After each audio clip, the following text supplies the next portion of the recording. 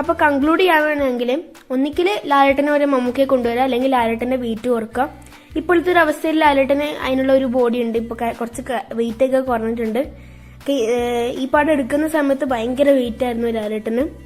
Okay, പിന്നീടുള്ളത് ഈ പടത്തിലെ ചില പാട്ടുകൾ എക്സ്ക്ലൂഡ് ചെയ്യാം, ഒരാവശ്യമില്ലാത്ത ചില പാട്ടുകൾ.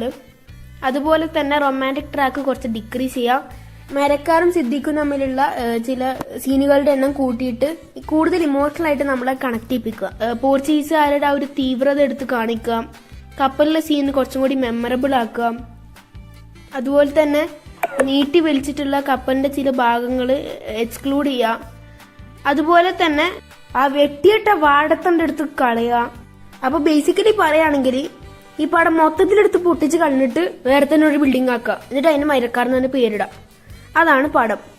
ഓക്കെ, അപ്പോ അത്ര ഈസി ആയിട്ടൊന്നും ഈ പടത്തിനെ നന്നാക്കാൻ കഴിയത്തില്ല.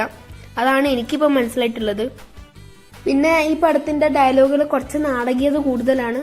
ലാലേട്ടന്റെ ഭാഷാശൈലി കുറച്ചും കൂടി ഇമ്പ്രൂവ് ചെയ്യേണ്ടതുണ്ടായിരുന്നു. അപ്പോ എന്റെ ഇന്നത്തെ വീഡിയോ ഇത്രേ ഉള്ളൂ. ഈ പടം ആമസോൺ പ്രൈമിൽ അവൈലബിൾ ആണ്. ജീവനിൽ കൊതിയില്ലാത്ത ആൾക്കാർ വേഗം പോയി കാണുക, എന്നിട്ട് ചാവുക.